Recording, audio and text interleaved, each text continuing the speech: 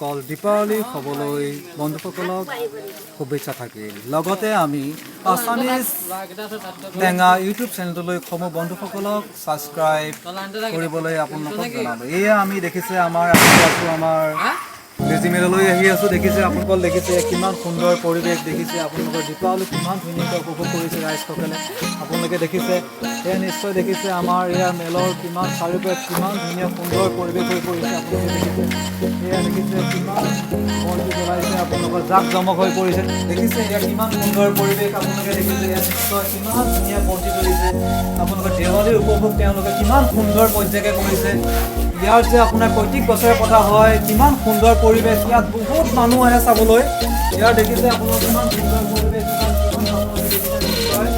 দেখিছে ইয়াত আপোনালোকৰ যিমান মানুহ আহে তেওঁলোকক ধুনীয়াকৈ তেওঁলোকক খাবলৈ দিয়া হয়। খাদ্য সামগ্ৰী যিমান যি লাগে তেওঁলোকে মনৰ হেঁপাহ পলাই খোৱা হয়। বহুত দুখীয়া মানুহবিলাক আহে তেওঁলোকৰ মনোবাঞ্ছা পূৰণ কৰে।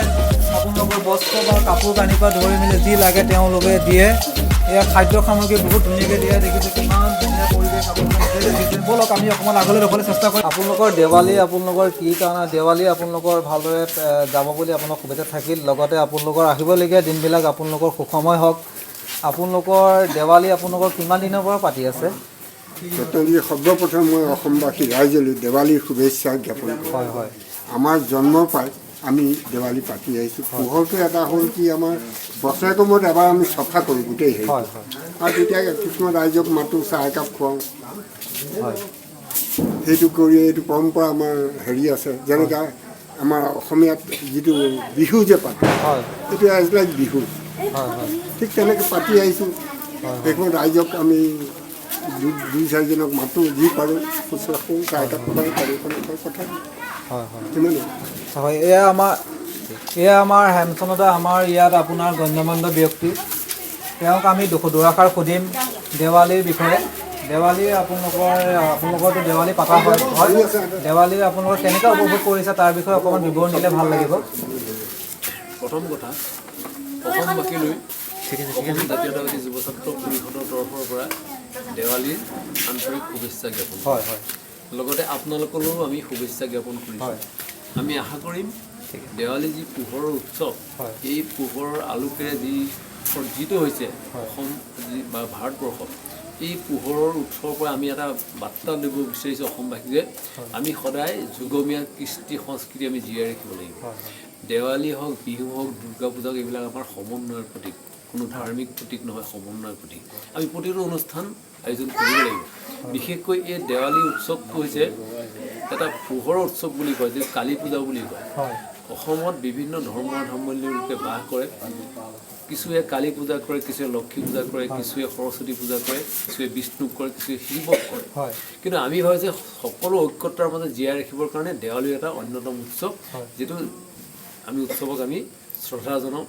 পোহৰ উৎসৱ দেৱালী বুলি কওঁ। আৰু এই দেৱালী উৎসৱে অসমৰ আসৰিক পৰম্পৰা ধ্বংস কৰি অসমবাসী যাতে উজ্জ্বল হৈ যায় তাৰ কাৰণে আমি অসমবাসীৰ ওচৰত শুভেচ্ছা জনাইছোঁ আৰু কামনা কৰিছোঁ। হয় হয়, আপোনালোকলৈ বহুত বহুত ধন্যবাদ থাকিল আপোনালোকৰ এই বাৰ্তা দিয়াৰ কাৰণে।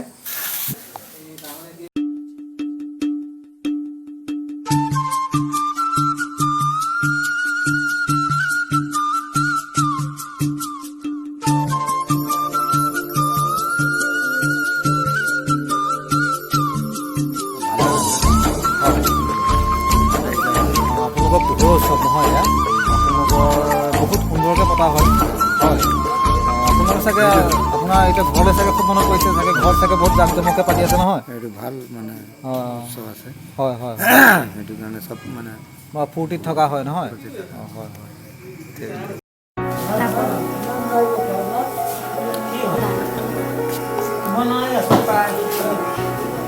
এয়া দেৱালী ৰাইজৰ কাৰণে বনোৱা আছে বিভিন্ন ধৰণৰ।